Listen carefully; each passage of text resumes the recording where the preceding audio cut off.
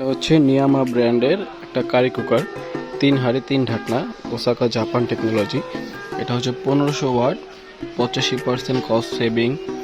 এটার মধ্যে আপনি থাকবে 3টা হাঁড়ি, তারপর 3টা ঢাকনা।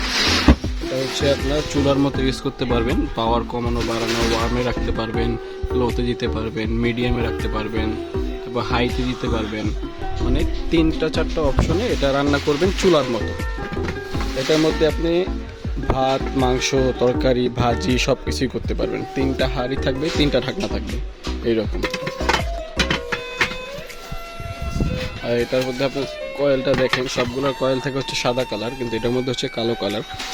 এই কালো কালার কয়েলটা হচ্ছে বাহিরের প্রোডাক্ট, আপনি এটা অরিজিনালি আপনার বাহির থেকে আসে কালো কয়েলটা। আর যেগুলো সাদাগুলো দেখেন এগুলো হচ্ছে আপনার বাংলাদেশি কয়েল। তো এটার হচ্ছে আপনার খুবই ভালো একটা প্রোডাক্ট। এটা আপনার যারা যারা নিতে চান এখনই আমাকে ইনবক্স করুন।